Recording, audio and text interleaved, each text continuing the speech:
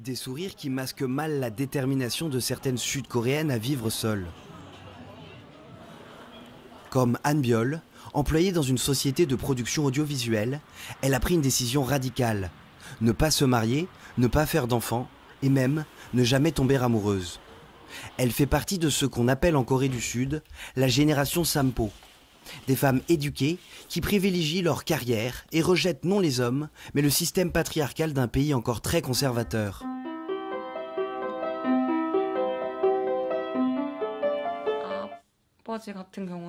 Quand mon père a appris cela, il m'a dit qu'il n'allait pas m'obliger à me marier, que c'était mon choix. Mais voilà, depuis ça, il ne veut plus du tout me voir. La société sud-coréenne reste très patriarcale.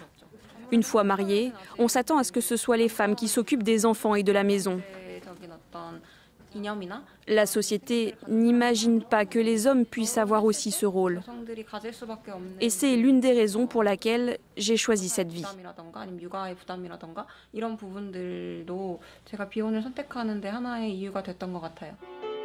Un choix qui dérange.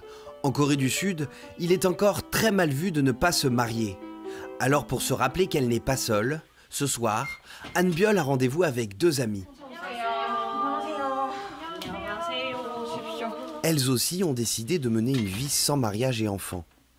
Elles se réunissent chaque semaine pour travailler sur l'association qu'elles ont créée, EMIF. Leur slogan, être l'élite sans mariage. Un réseau de jeunes femmes qui se soutiennent dans leur choix de ne plus procréer. Au pays du matin calme, davantage de femmes que d'hommes ont décidé de ne plus faire d'enfants.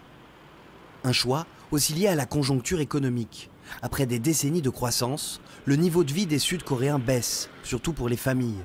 De plus en plus de femmes craignent de devoir vivre avec le seul salaire du mari, sous sa dépendance. De nos jours, il y a plus de femmes qui sont admises dans les universités que d'hommes. Plus de femmes qui en ressortent avec un diplôme que d'hommes.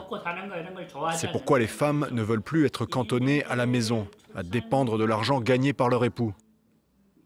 Pour redresser le taux de natalité, l'immigration pourrait être une solution, du moins une piste à envisager. Mais les Sud-Coréens ne sont pas encore habitués à vivre avec des étrangers. En 12 ans, le gouvernement a dépensé en vain la somme astronomique de 120 milliards d'euros en politique d'encouragement des naissances.